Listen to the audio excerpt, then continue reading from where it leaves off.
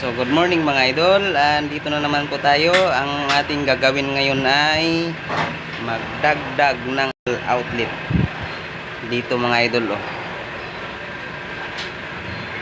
Ito po kasi yung outlet na yun mga idol. Ayun, kulang po kasi ng outlet, kaya kailangan dadagdagan dito ng isa para hindi kami mag-aagawan ng saksakan mga idol. So ito yung mga gagamitin natin. Yun. Mayroon tayong additional na tugang na outlet para doon. Saka tayong filter pang electrical tools. So okay, let's go. So ito na siya mga idol. Inasimbol ko muna itong outlet. So ito na siya. Nilagyan ko lang muna ng wire saka jumper. Yun. So itong wire na to papunta na doon sa main supply, doon sa isang outlet ko itatap diyan sa ilalim niyan. So bali ito pala guys yung yung utility box dito natin ikakabit. Bali pahalang lang or slanting lang siya. Yan. So ayan guys, kakabit na natin yung utility box. Kakabit na natin siya.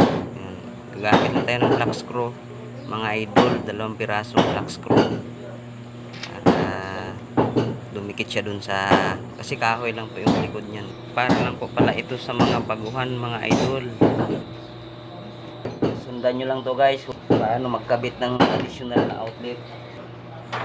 Ipasok yung wire sa butas ng utility box, tsaka i-screw yung outlet mismo dun sa utility box. Tapos ganun lang, susukatin mo ngayon yung wire nya papunta dun sa isang outlet, at saka putulin. Ganun lang mga idol.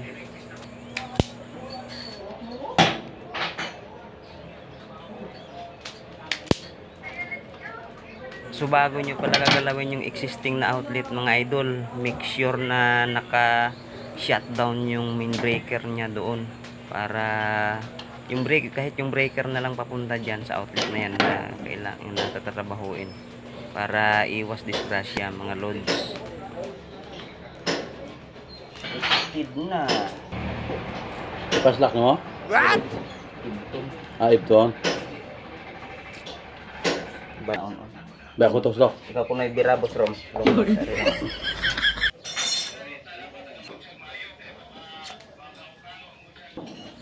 So bali number 12 pala yung wire mga loads, THHN stranded.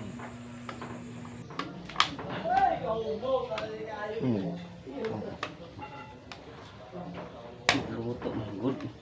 Luto na. Okay guys, testiran natin pila ang reading. Ayun. 229 to 28 volts. Wow. Pasar na. Ayos. Thanks for watching.